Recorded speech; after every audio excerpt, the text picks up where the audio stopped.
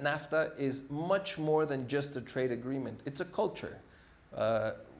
We've created a NAFTA culture where Canada, Mexico, and the United States are a lot closer. If you go to the border between Mexico and the United States, people cross it every single day.